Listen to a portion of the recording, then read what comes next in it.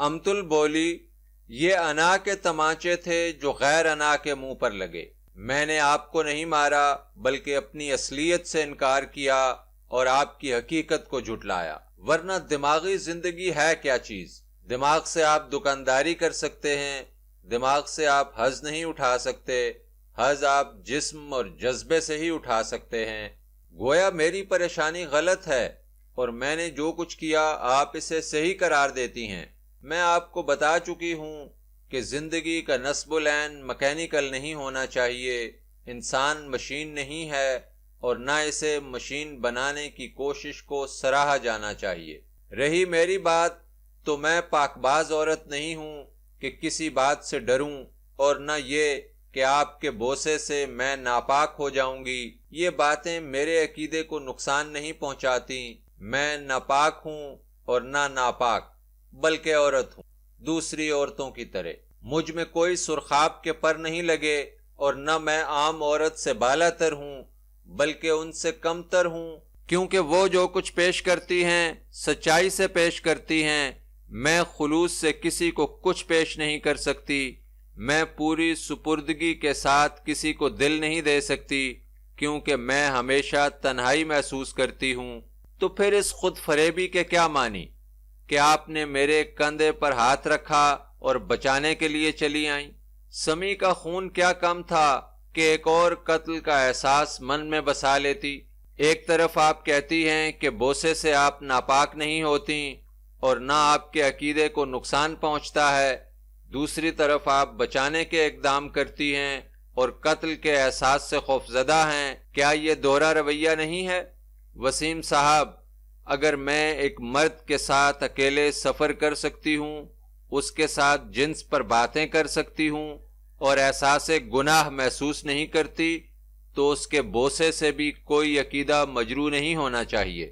لیکن اگر اس بوسے میں میری رضامندی شامل نہیں ہے تو پھر گویا میرے احتجاج کا حق محفوظ ہے، مگر اس حق کے معنی یہ کہاں ہیں کہ اس پر موت کا حکم صادر ہو؟ بہرکیف یہ ایک نظریاتی رویہ ہے جو میرے نزدیک مومل ہے اور میں اسے سچ نہیں مان سکتا، اس لیے کہ آپ وہ سچ ہیں جسے 100 جھوٹوں نے پروان چڑھایا ہے، اور میں وہ جھوٹ ہوں جسے 100 سچائیوں نے جنم دیا ہے۔ میں نے چونک کر اس کی طرف دیکھا، وہ اسی رو میں بولی، آپ جو محبت کو حق بجانب سمجھتے ہیں، آپ جو اکیلی لڑکی کے ساتھ سفر کو عیب نہیں جانتے، آپ جو میرے بوسے کی طاق میں رہتے ہیں، آپ ہی ہیں جو اقدار و اخلاق کا ڈھنڈورا پیٹتے ہیں، آپ ہی ہیں جو تہذیب اور شعور کے علمبردار بھی ہیں، اور وہ آپ ہی ہیں جو جذبے اور سائنس کی کشتیوں میں الگ الگ پاؤں رکھے سفر جاری رکھنا چاہتے ہیں اور سمجھتے ہیں کہ سچ یہی ہے۔ امتل نے ایک اور حملہ کر دیا تھا اور میرے ہاتھ پاؤں پھول گئے تھے۔ میری باتوں سے آپ حیران ہو جاتے ہیں۔ وہ مجھے بوکھلایا ہوا دیکھ کر بولی، آپ لوگ فیصلے صادر کرتے ہیں اور اس پر اٹل ہو جاتے ہیں، چند روز کے بعد احساس ہوتا ہے کہ آپ کا نظریہ غلط ہے، پھر ایک اور نظریہ قائم کرتے ہیں، وہ بھی اٹل ہوتا ہے۔ اس طرح ساری زندگی گزر جاتی ہے اور آپ ہر دور میں خود کو سچائی کے نمائندے سمجھتے ہیں۔ اس کے ہر فکرے پر میں سکڑتا اور پھیلتا جا رہا تھا اور حسب معمول چاہ رہا تھا کہ وہ بولتی جائے تاکہ اس کے ہر جملے کی روشنی میرے سینے میں پہنچتی رہے اور میرا شعور کند نہ ہونے پائے۔ دیکھیے، اس نے ریسٹ ہاؤس کی طرف دیکھا جہاں ڈچ جوڑا سو رہا تھا اور ان کا لیمپ بجھ چکا تھا۔ آپ نے ڈچ جوڑے کو جس طرح کا پرچار اور تلقین کی تھی، اس سے میں نے یہ نتیجہ نکالا تھا کہ آپ اپنی فطرت پر غالب آ گئے ہیں اور پیغمبرانہ اوصاف نے آپ کا سینہ منور کر دیا ہے، لیکن ایسا نہ ہوا۔ انسان آخر انسان ہے، اسے اپنی فطرت بدلنے کا کتنا ہی شوق کیوں نہ ہو، خون کسی نہ کسی لمحے شعور کو مغلوب کر ہی لیتا ہے، جیسا کہ آج رات ہوا۔ آپ کتنی ہی تردید کریں، میں نہیں مانتی کہ آپ اپنے دل سے چور نکال سکتے ہیں۔ چلیے نکال دیجئے، عملاً اس کا ثبوت بھی دیجئے، مگر تمام تہذیب و تمدن کے باوجود، تمام روحانی اور اخلاقی برکتوں کے باوجود، کسی نہ کسی گوشے سے آپ کی فطرت چور نگاہوں سے جھانکتی رہے گی، تو پھر کیا فائدہ کہ آپ کے باطن میں ہونی اور انہونی کے زلزلے آتے رہیں، بظاہر آپ کا ڈھانچہ سلامت ہو مگر روح میں دراڑیں پڑ چکی ہوں، اور آپ اسے پیوند لگاتے رہیں اور اعلان کرتے رہیں کہ آپ تندرست ہیں؟ جی نہیں، میں ایسے معاشرے کو تندرست نہیں سمجھتی۔ مجھے ایسے لگا کہ اس کی زبان میں مقناطیس لگی ہوئی ہے جو میرے خون میں چھپے ہوئے ذروں کو چن رہی ہے اور اسے ایک ایک کر کے میرے سامنے پھیلا رہی ہے، اور میں اپنی آنکھوں سے دیکھ رہا ہوں، اپنی فطرت کی کہانی پڑھ رہا ہوں۔ وہ نالا جو برفانی پانیوں سے عبارت تھا ہمارے قریب سے گزر رہا تھا اور چاند کی روشنی میں چم چم کر رہا تھا۔ یہ ایسی رات تھی کہ فطرت نے اپنی مکمل رعنائیوں کے ساتھ تمام جاندار اور بے جان چیزوں کو اپنے سحر میں لے لیا تھا۔ ہم دونوں خاموش ہو گئے تھے، مگر چاند کا سفر جاری تھا، وہ برابر آگے بڑھ رہا تھا۔ اچانک ہم دونوں چونکے، کوئی تیزی سے ہماری طرف آ رہا تھا، مگر چاند اتنا روشن تھا کہ ہم نے اسے دور ہی سے پہچان لیا۔ یہ ریسٹ ہاؤس کا چوکیدار تھا، لیکن اس سمے رات کے 2 بجے اسے ہم سے کیا کام تھا؟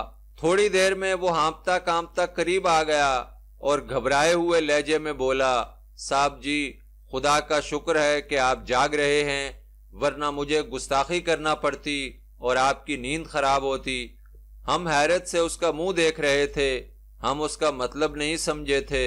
صاحب جی، وہ گھبرائے ہوئے ڈرتے ڈرتے بولا، میری بیوی کے بچہ ہونے والا ہے، وہ 2 گھنٹے سے تڑپ رہی ہے، کمبخت ایسی شرمیلی ہے کہ مجھے قریب پھٹکنے نہیں دیتی، گاؤں میں ایک نفس بھی نہیں ہے، اب میں کیا کرتا؟ آپ کا آسرا لے کر چلا آیا۔ امتل تیزی سے کھڑی ہو گئی، چلو میں چلتی ہوں تمہارے ساتھ۔ صاحب جی، آپ بھی چلیں، چوکیدار مجھ سے مخاطب ہوا۔ بی بی جی اکیلی ہوں گی؟ ہاں چلیے نا، امتل نے میری طرف دیکھا۔ تھوڑی دیر میں ہم گھاٹی پار کر کے گاؤں پہنچ گئے۔ چوکیدار کا گھر ایک کوٹھے اور مختصر سے برآمدے پر مشتمل تھا۔ اندر سے مدھم مدھم روشنی آ رہی تھی اور درد ذہ میں مبتلا لڑکی کی آہیں اور کراہیں سنائی دے رہی تھیں۔ امتل اندر چلی گئی تو چوکیدار برآمدے سے کھاٹ کھینچ کر باہر لے آیا اور مجھے بیٹھنے کے لیے کہا۔ میں نے اسے بھی اپنے ساتھ بٹھانا چاہا، مگر وہ نہ مانا اور وہیں زمین پر بیٹھ گیا۔ وہ انتہائی بیتاب اور بے چین تھا۔ اس کی نظریں کوٹھڑی کے کھلے دروازے پر لگی ہوئی تھیں، جہاں سے اس کی بیوی کی سسکیوں اور دبی دبی چیخوں کی آوازیں آ رہی تھیں۔ اچانک وہ رو پڑا اور کہنے لگا، صاحب جی، میری بیوی بہت چھوٹی ہے، اس کی عمر ابھی بچہ جننے کی نہیں ہے، 12 سال بھی کوئی عمر ہوتی ہے، تبھی اس پر ترس آ رہا ہے، لیکن خدا کی مرضی ہے، بس اللہ اس کی حفاظت کرے۔ چوکیدار کی باتیں سن کر میں دنگ رہ گیا۔ ایک طرف 12 سال کی زچہ اور دوسری طرف امتل کی اس بارے میں بے خبری۔ وہ لاکھ ذہین سہی، مگر وہ دایا تھی اور نہ ڈاکٹر۔ ایک ناتجربہ کار لڑکی کو ایسی باتوں سے کیا سروکار؟ پھر بھی میں چوکیدار کو دلاسا دیتا رہا اور اس کا حوصلہ بڑھاتا رہا، مگر جو ہی لڑکی کی چیخ بلند ہوتی، چوکیدار لپک کر اٹھتا۔ شدت تاثر سے اس کی آنکھیں باہر کو ابل پڑتیں، اعصاب تن جاتے اور اس کی شکل بگڑ جاتی۔ میں اس کی پوری قوت سے بند کی ہوئی مٹھیوں کو دیکھتا اور تسلی کے انداز میں اس کے شانے پر ہاتھ رکھتا اور بیٹھنے کے لیے کہتا۔ وہ میری طرف دیکھتا، اس کے چہرے کا کھنچاؤ قدرے کم ہو جاتا، آنکھوں میں نرمی اور محبت کی کیفیت ابھر آتی اور وہ لرزتے ہونٹوں کے ساتھ ٹھنڈی دھرتی پر بیٹھ جاتا اور کچھ دیر کے لیے سر جھکا لیتا۔ اس کی شدید تکلیف اور کرب کو دیکھ کر میں سوچ رہا تھا، کیا اسے اپنی بیوی سے بہت محبت ہے؟ کیا اس کی کم سنی اور کم سنی کی وجہ سے موت کا خطرہ اس کے حواس پر سوار ہے؟ اور یہ بھی کہ اگر وہ مر گئی تو دوسری بیوی اسے نصیب ہوگی یا نہیں؟ یا یہ کہ وہ انسانی ہمدردی کے ہاتھوں مجبور تھا؟ بہرحال وہ شہر کے بجائے پہاڑ کا کھرا آدمی تھا اور اس کے عمل اور رد عمل کی سچائی اور شدت میں کوئی تصنع والی بات نہیں تھی، بلکہ میں تو رشک کر رہا تھا۔ اس کی بیوی کتنی خوش نصیب تھی کہ اس کے غم اور فکر میں اس کا شوہر اس قدر تڑپ رہا تھا کہ بیوی کی تکلیف خود اس کی تکلیف بن گئی تھی۔ وہ جو کہتے ہیں کہ اس دنیا میں کوئی کسی کا نہیں ہوتا، شاید غلط کہتے ہیں، کیونکہ میں دیکھ رہا تھا اور کھلی آنکھوں سے دیکھ رہا تھا کہ انسان کو ہمیشہ انسان کی ضرورت رہے گی۔ چاند برابر آگے بڑھ رہا تھا، رات لمحہ لمحہ کٹ رہی تھی، خنکی دھیرے دھیرے بڑھ رہی تھی، غنودگی کی لہریں آتیں اور میری پلکوں کو چھیڑ کر چلی جاتیں، مگر چوکیدار چوکس بیٹھا تھا۔ ایک نئی قسم کی شب بیداری سے اس کی آنکھیں جھلمل جھلمل کر رہی تھیں۔ اچانک رام چکور کی صدائے سحر خیزی سے ساری گھاٹی گونج اٹھی۔ چوکیدار نے میری طرف دیکھا۔ رام چکور کا صبح بیداری کا نغمہ مجھے صبح کی اذان کی طرح الہامی لگا۔ چاند اب مغرب کی طرف لڑک گیا تھا۔ اس کے طویل سفر کی داستان اس کے زرد چہرے سے عیاں تھی، البتہ مشرقی افق سے سپیدہ سحر اس طرح طلوع ہو رہا تھا جیسے پہاڑوں کے اس طرف سے دودھ کے سمندر کی کوئی لہر آ گئی ہو۔ کوٹھڑی کے اندر خاموشی طاری تھی اور بہت دیر سے کوئی آواز نہیں آئی تھی۔ سورج کی شعاؤں نے جسے ابھی نہیں چھوا تھا، وہ دھیمی دھیمی ٹھنڈی ٹھنڈی روشنی دھرتی کے سینے سے پھوٹ رہی تھی۔ اچانک ایک ننھی منی گڑیا کی صدا نے ہمیں چونکا دیا۔ چوکیدار بجلی کے لپکے کی طرح تڑپا اور بجلی کی سی چکا چوند والی کیفیت اس کی آنکھوں میں لہرا گئی۔ اس کا اضطراب اور مسرت کی ملی جلی کیفیت دیکھنے سے تعلق رکھتی تھی۔ وہ خوشی سے کانپ رہا تھا۔ عین اسی لمحے امتل کوٹھڑی کے دروازے میں نمودار ہوئی۔ مجھے ایسے لگا کہ اس کی روح میں گلاب کھل چکا ہے اور اس کھلے ہوئے گلاب کا پر تو اس کے چہرے کی تقدیس بن گیا ہے۔ وہ ایک ننھی منی سی جان کو ہاتھوں پر اٹھائے سینے سے لگائے ہوئے تھی۔ چوکیدار اس کے پاس پہنچ گیا۔ امتل نے بچی اس کی گود میں دے دی۔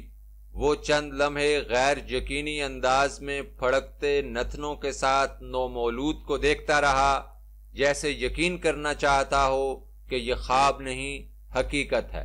پھر اس نے بے اختیار ہو کر بچی کو سینے سے لگا لیا اور والہانہ انداز میں رخسار اس کے رخسار پر رکھ دیا اور آنکھیں بند کر لیں۔ شاید اس کی شخصیت مکمل ہو چکی تھی۔ امتل کے لبوں پر عمیق مسکان تھی۔ وہ شدید جذبے اور لگاوٹ کے ساتھ چوکیدار کی خود فراموشی، محویت اور مسرت سے محظوظ ہو رہی تھی۔ بچی زور زور سے چیخ رہی تھی۔ چوکیدار اسے سینے سے لگائے اندر چلا گیا۔ امتل چند لمحے کھلے دروازے کی طرف دیکھتی رہی، پھر اس نے مڑ کر میری طرف دیکھا، مسکرائی۔ یہ مسکراہٹ نہایت لطیف مگر گہری تھی۔ پھر وہ یہی مسکراہٹ چہرے پر سجائے متانت سے میرے قریب آ کر کھڑی ہو گئی۔ اس کے چہرے پر رات بھر جاگنے اور تھکاوٹ کے کوئی آثار نہیں تھے۔ اس کی آنکھوں میں بلا کی کوملتا تھی۔ یہ بالکل نئی امتل تھی جس نے غالباً آج ہی جنم لیا تھا، اور شاید یہ پہلا موقع تھا کہ ہم نے ایک نئے اعتماد اور یقین کے ساتھ ایک دوسرے کی آنکھوں میں آنکھیں گاڑ دیں۔ اس کی مضطرب، ہمیشہ مضطرب رہنے والی آنکھوں میں بلا کا سکون تھا۔ میرے سامنے ملکوتی تصور رکھنے والی دو آنکھیں دمک رہی تھیں۔ وسیم صاحب، وہ نہایت یقین افروز لہجے میں بولی، آج ایک مریم نے عیسیٰ کے بجائے مریم کو جنم دیا ہے۔ وہ لمحہ دیدنی تھا جب میں نے کچے کچے گوشت کی ننھی سی جان کو اس کے پہلو میں لٹایا تھا۔ اس کی روشن آنکھوں میں ممتا کے جام تھے اور اس کے زرد چہرے پر تخلیق کا نور تھا، اور اس کی ننھی ننھی چھاتیوں میں شیر مادر کی خوشبو آ رہی تھی۔